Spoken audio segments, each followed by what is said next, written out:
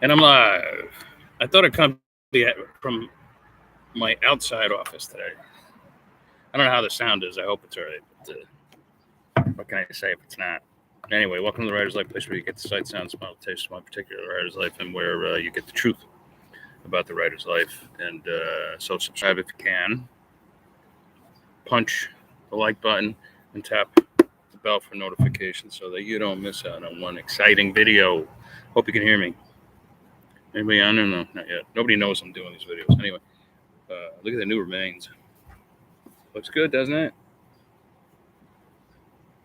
A Bear Media favorite. And who owns Bear Media? This guy. Me.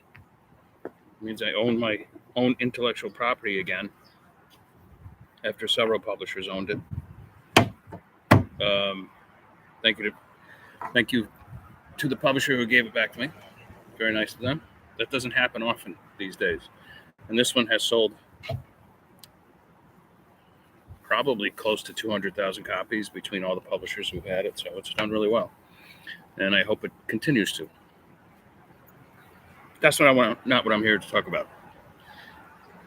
Believe it or not, sales is not my motivation. I would imagine that it's hard for like 95% of working class stiffs, like who have to get out of bed every day and just, get themselves to a job that they hate, but they have to do no matter what because they're in debt. They're living paycheck to paycheck. And in these rough economic times, they're having trouble even doing that. Like if their car breaks down, or if the roof on their house needs to be repaired, or the boiler blows, they're in deep trouble because they don't even have room on their credit card to pay for it. That's how a lot of Americans have to live. And now they're going to raise taxes even more, I guess. Like, I don't get it. Like, I don't know. I don't like big government, big taxes and all that, as you guys have gleaned by now. But anyway,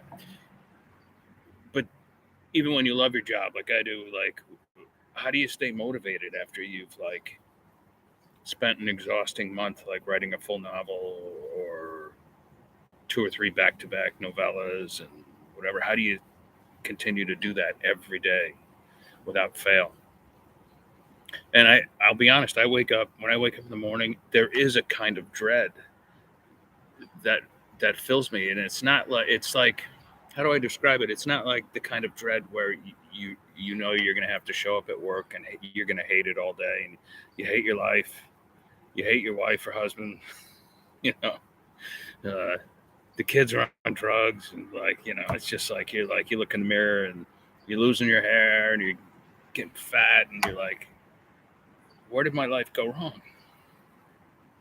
Like this kind of dread, the kind of dread I'm talking about is like, I always, like, will I be able to do it again today? Will I be able to put those words on the paper as efficiently, and will the words flow as well as they always do?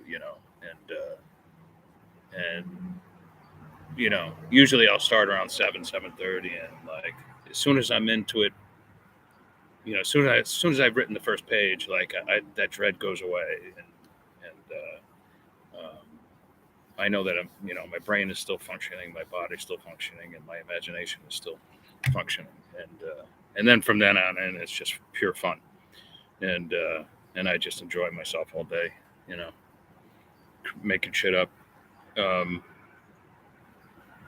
It's kind of like, Jesus, I need a new hat.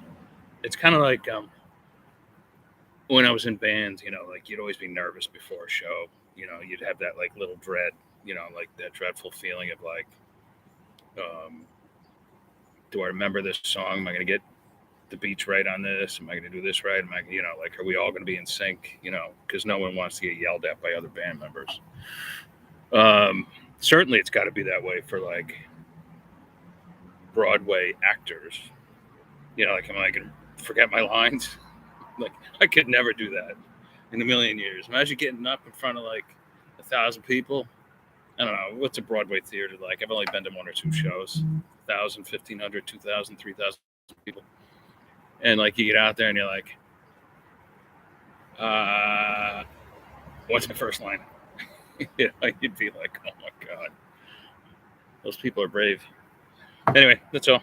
That's all I wanted to talk about today. I'm outside, so I'm going to cut it short. And there's cars going by and whatever. And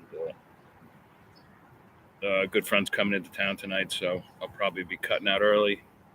And going to give her a copy of The Remains, the new copy. And go out to dinner probably. Yeah, I'll break the bank a little bit. I'm so cheap. I don't mean to be cheap, but I had a, you know, everybody's portfolios have gotten smashed. You know. All right, enough bitching on my part. Have a great afternoon, and I will come to you guys tomorrow. It'll be Thursday already. Holy crap! And we'll talk tomorrow. And ciao, ciao.